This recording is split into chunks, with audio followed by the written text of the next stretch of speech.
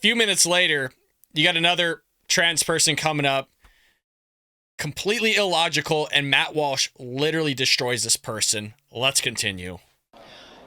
Hi, Mr. Walsh. My name is Luna, and I am a nationally registered advanced EMT here in the state of New Mexico. I am also transgender. Throughout my career as an EMT, I have responded to, by conservative estimates, about 1,500 calls for service here in the state of New Mexico. I have treated more transgender people than I can count. Who will tell me that the support of the people in their lives makes a difference in their lives? And that's been my experience as well. My question for you is, despite all of these transgender people who tell me how great things are for them, I have never once treated somebody who told me that they regretted their transition. Never once. It hasn't happened. So where is this supposed epidemic of people regretting their transitions? So this is a huge just fallacy in general, and that's why we talk about something that's anecdotal, is you can have certain experiences in your life, but those just might be your experiences in your life, and those aren't necessarily extrapolated out to everybody else. So you have a lot of people go, well, I'm experiencing a lot of racism. That could be very well true, and then they'll sit there and say, well, America is racist because I'm experiencing racism. But it's like that doesn't necessarily fit the data set as a whole, and you to sit there and do that is, one, just factually incorrect, and two, doesn't hold up when you're questioned on the stats itself. And then when you're questioned on the stats itself, you don't actually believe in the stats itself, and that's probably what you're going to see happen here in real time. Well, you could just ask them. Are you denying that they exist? I understand they exist. I haven't seen significant evidence of it to nearly the same extent as people who tell me they're happy with their transitions. Okay, that's fine. You personally haven't seen them. I have. I talk to them all the time, so I know that they're out there. I know they exist. I also know that, I know a couple other things. I also know that the suicide rate, as we established, suicidality for trans people remains sky high even after transition. And I went over in the talk why all of the explanations for that somebody on your side of the discussion might offer don't hold water, they don't work, which tells us that there's something else going on, and which tells us that there's still a deep despair there. So those people who identify as trans, then they transition, and then they kill themselves, which is a large number, they might not articulate, many of them may articulate this, but they might not articulate that they regret this. But even so, as they say, actions speak louder than words.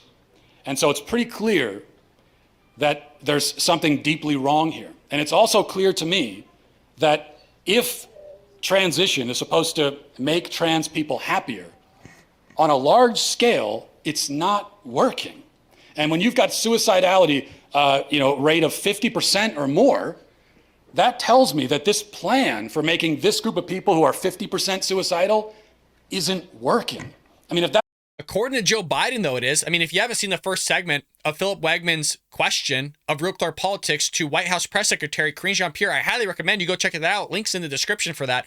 If you are still continuing here on the live stream with us, absolutely spot on. If you're to sit there and say all this gender affirming care that's taking place of you lopping off children's genitals and grooming them and pushing them along with these hormone and puberty blockers and all those things, if it's working out so well, and the Biden administration thinks this is working out so well too, why is the suicide rate still so high?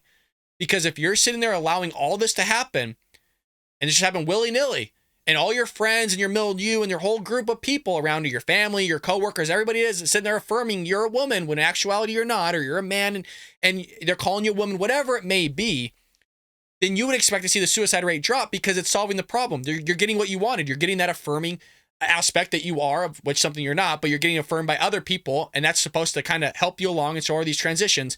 Like I said, you would see that go down, but it's not. That's not enough to convince you. I don't know what else to tell you.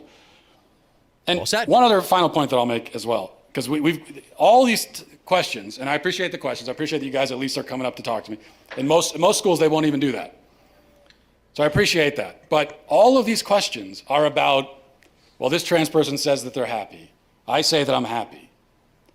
Even if I were to concede that there may be some trans people who feel like they're happy. I think even then they're lying to themselves, and there's a deeper despair there, which is what led them to reject themselves in the first place. But we could put that entirely to the side, because what I'd like to do is get back to the question of, is it true, okay? It might make a man, maybe there's a man out there who feels happier if we affirm him as a woman. Is it true, though? Is it actually true? And I would say that the truth matters first. Yes. Before we get to the emotional questions. If you don't sit there and pursue truth as a society, and you're going to hold on to what is false, your society is dead in the water. And that's exactly why I keep plugging my book, Trojan Horse, How the Left is Destroying America, because they are lying to you. The left is lying, and what they're doing through their lies, through their indoctrination, through their methodology, through their tactics, whatever it may be that we're covering here in the book, and exposing them and how they're destroying this great country from the inside out, they're doing by putting out falsehoods rather than sitting there and pursuing the truth, which is what Matt Walsh is doing here. Man and women has been truth since mankind has been around, since mankind's been around. And somehow along the way, you have these people that woke up going, well, all of a sudden I could sit there and become a woman, or a woman can become a man, which ain't happening. So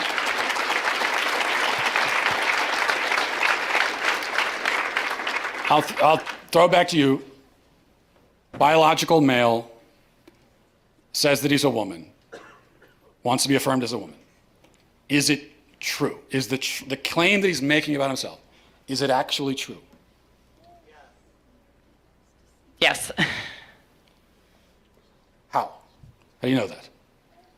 How would you define a woman? Because you've asked other people up here to define how we would define a woman. How would you define a woman, Mr. Walsh? An adult human female.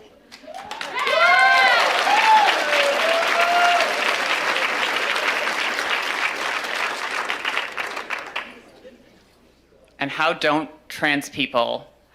a transgender woman fit that definition? Female.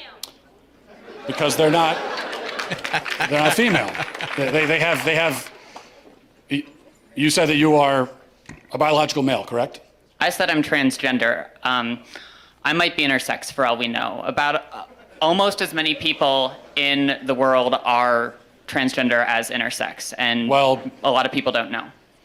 Well, but that's a different conversation. Intersex, that's a genetic anomaly, that's a medical condition. So that's a completely different conversation. That's also not a third gender. That's a genetic anomaly that occurs within the sex binary of male and female.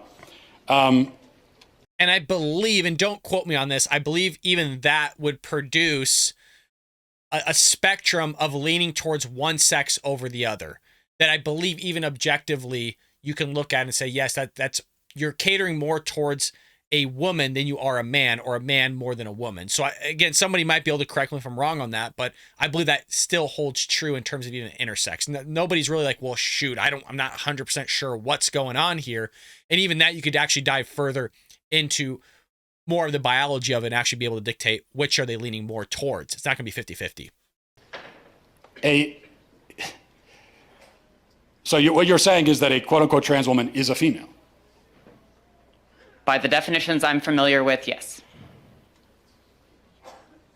So how would you define female? Through my training in healthcare, there are several different categories for how we define sex. People bring up chromosomes. People also bring up hormone levels. People bring up all sorts of other categories. Lots of people don't fit neatly into a gender binary, even people we don't consider to be intersex. It's a complicated spectrum. It's not complicated, but you also didn't define. So what is a woman? What is a female? What do these words mean? It's complicated, and I know you're not going to like that answer, but that's because there are no simple answers in human biology. Let me ask you a question. You guys, Can I ask you one last question? just let me finish. You guys like to bring up high school level biology classes a lot. I get that a lot, but people who go on to more complicated biology classes will talk about sex as a spectrum. It's not. It's not. Well, biological researchers would disagree with you. Well, then they're full of shit, the ones that would say that.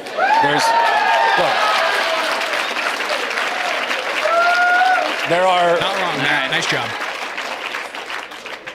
there are male gametes and female gametes. Oh, I had one last question. I just have one. I had one quick. Can you come back for 1 second? Because this is an important question. You said you're an EMT. Yes. Okay, if you're responding to a health emergency. Biological male, somebody with a penis, is having a medical emergency, and they say to you, "I think I'm having a miscarriage." Would you check them to see if they're having a miscarriage? Would you consider that a possibility for them?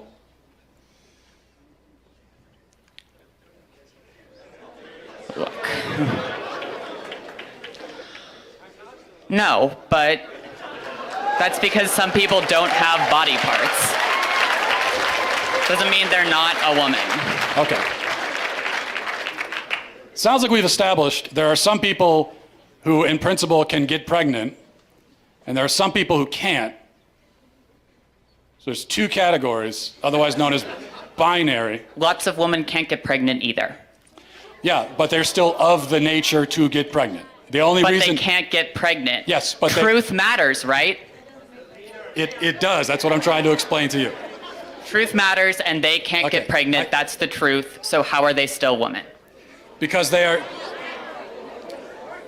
for the same reason that I can rightly say that human beings have two legs. And if a person is born with only one leg, that doesn't call into question the statement that human beings have two legs, okay? A person being born with one leg doesn't mean that now legs are on a spectrum and we can't say anything at all about how many legs a person has. Who knows? They could be a centipede. You know, they could have 100 legs. No, we know human beings have two legs. If a human is born without two legs, something went wrong. They were supposed to have that second leg. Something went wrong. If you meet a person on the street who only has one leg, maybe they had an accident. Maybe they were in war. Maybe maybe they were in a car accident. Maybe they had cancer. A leg was cut off. But you know that something went wrong because by their nature, they're supposed to have two legs. Same thing for a woman. A woman by her nature can get pregnant. A man by his nature never can. So if you meet a woman of childbearing age, say she's 28 years old, and she can't get pregnant, you know automatically that something has gone wrong. And she can go to the doctor and find out what that thing is, even if they can't fix it. So that proves that women by their nature can get pregnant because the simple fact that she can't shows you that there's something wrong. This is what is known as the exception that proves the rule. Whereas if a male with a penis can't get pregnant, no doctor on earth is going to run tests to see what's wrong with him. Because they already know it's that he's a male, and there's only male and female, those who can get pregnant and those who can't. So, that's it. That is a mic drop right there, folks. I know it's a little long, but I think it's important to see these conversations in their totality because you see where we're at as a society. You see the denigration of our school system. You see the indoctrination and how damaging it is from the left and what they're doing to our youth. And yet you have people that are basically filling the heads of our children and enabling these delusions that they can actually sit there and go from male to female and female to male. And sadly, there's even adults that are pushing this and grooming this whole ideology where you can't reverse it. You made a decision. You're never coming back from it again. And it's a terrible thing to see. And I might have seemed a little bit harsh in my reactions, but I do think it's crazy, sadly. And I wish all these people all the best. I don't want them to harm themselves. I don't want them to commit suicide. If anybody's having those types of thoughts, please call a hotline because there's people that care about you. Even though I don't agree with them politically, I think it's silly. I do care about those people and I want them to get the help that they need. I think that's extremely important. We're all human beings. We're all in this world together and we're all navigating it and transversing it in different ways.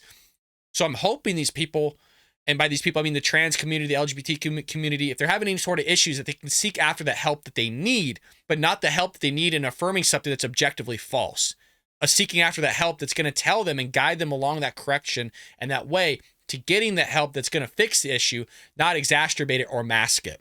Let me know what you think about this in the comment section below. I hope you enjoyed that clip from the Bald Brad Show. If you did, make sure to hit that subscribe button so you can stay up to date on all our future content.